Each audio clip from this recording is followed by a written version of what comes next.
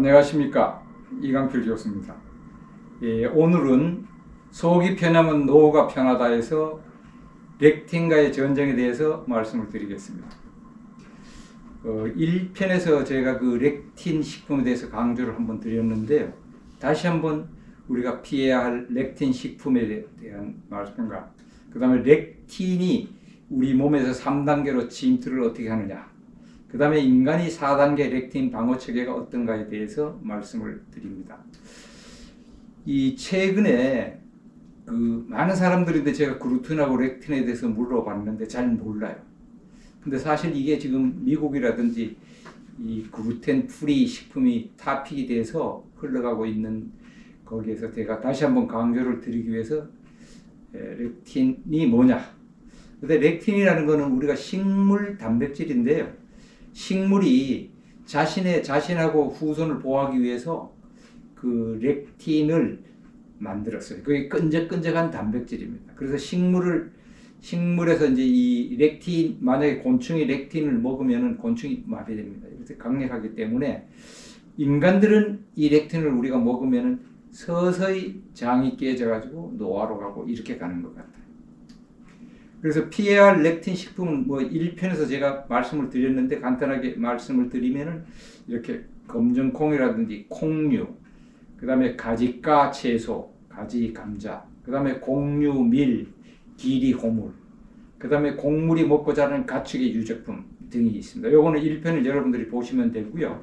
그래서 이거를 피하게 되면 우리 거의 이제 뭐 먹을 게 별로 없을 것 같지만은 요걸 그 완화시키는 방법으로서는 우리가 그 압력을 가한다든지 아니면은 발효를 시켜서 먹습니다. 그래서 이제 예를 들어서 요게 세계 10대 아침 베스트입니다. 근데 그 중에 1번이 물론 요거 순위는 가끔 바뀌지만은 인도의 도사라는 식품입니다. 근데 요 도사는 그 쌀하고 콩류를 발효시켜서 만든 팬케이크 타입의 아침 식사가 되겠습니다.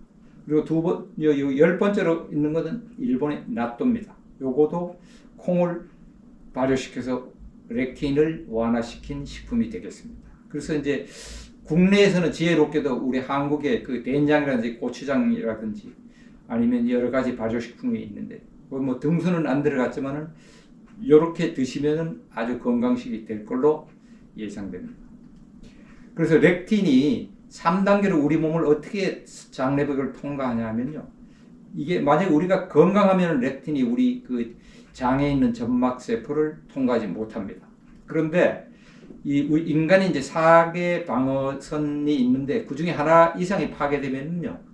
요 글루텐이 만약에 우리가 그 밀가루를 먹어서 들어와서 요게 글라이딘이라는 단백질을 활성화시켜 가지고요.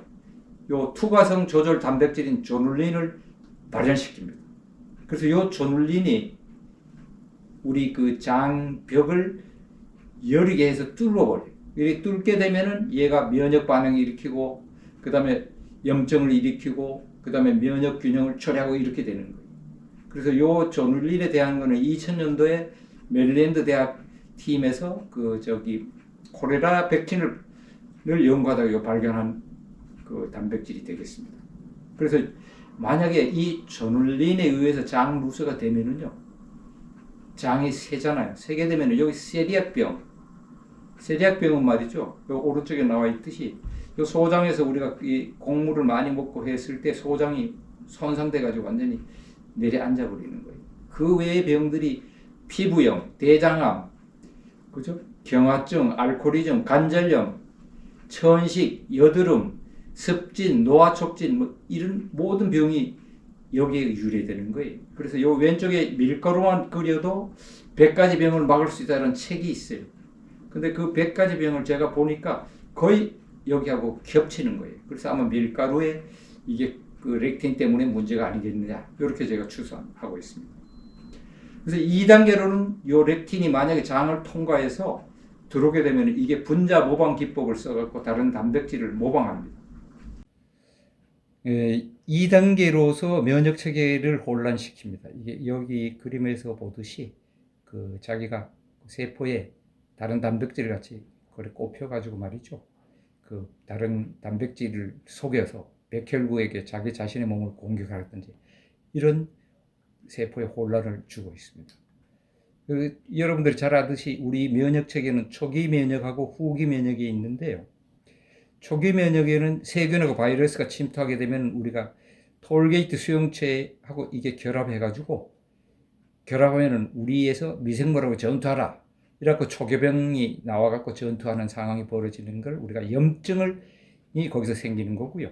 후기 면역은 그 다음에 이제 수지상 세포 T가 T 면역구하고 활성화시켜가지고 항체하고 살해 세포를 투입하는 거예요. 이게 특수 무장군인을 우리가 투입한다. 이렇게 되는 우리 면역 체계를 갖고 있는데 이 지금 우한 바이러스 같은 거는 우리가 특수 무장군인이 가도 안 된다. 뭐 이렇게 여러분들이 이해하시면 되겠습니다. 그래서 3단계는 또 이 호르몬이라는 게 세포에게 지시하는 단백질인데 요걸 모방해서 세포 소통을 방해하는 겁니다. 그래가지고 여러분들이 1장에서 제가 자세히 말씀드렸는데 이 밀이라든지 통밀이라든지 현미라든지 귀라든지에 많이 들어있는 아주 적은 WGA라는 렉틴이 만약에 우리가 먹으면 그건 창자를 바로 통과해서요. 인슐린 도킹 포트에 붙어서 근육량을 줄이고 그 다음에 두뇌 신경세포를 굶기고 말이죠. 그 다음에 지방은 늘리는 이런 모방을 하는 거예요. 그래서 아주 파괴적인 결과를 내는 거예요. 그래서 뭐 호르몬은 우리가 갑상선, 뇌하수체, 이자, 부신, 정소, 난소 이런 기관이 있습니다. 그래서 이제 이 파킨슨 병이라는 것도 이 우리가 뇌 흑질의 신경세포가 손상이 되는 건데요. 요 도파민이 수용체 쪽으로 이렇게 잘 흘러가야 되는데 이게 신경물질인데요. 여기를 막아버리는 거예요. 이 렉틴이.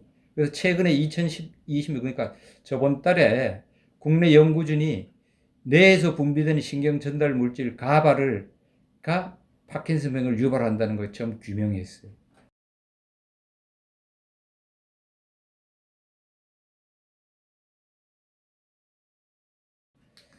그래서 그러면은 우리 인간의 렉틴 방어 체계는 4단계는 뭐냐? 4개가 있습니다. 그래서 우리가 소화액에서 보면은 침, 위액, 설계즙, 이자액, 장액 이렇게 가잖아요. 그래서 첫째로 우리가 코 속 점액하고 입안의 침, 그 다음에 위산, 그 다음에 입과 장기의 박테리아, 그 다음에 장액 점액층이 되겠습니다. 그래서 만약에 여러분들이 고추 같은 거 매운 거 먹으면은 콧물이 흐르는데 그거는 방금 여러분들이 렉틴을 먹은 겁니다. 렉틴을 들고 싼 거예요. 고추에도 렉틴이 많이 포함되어 있습니다.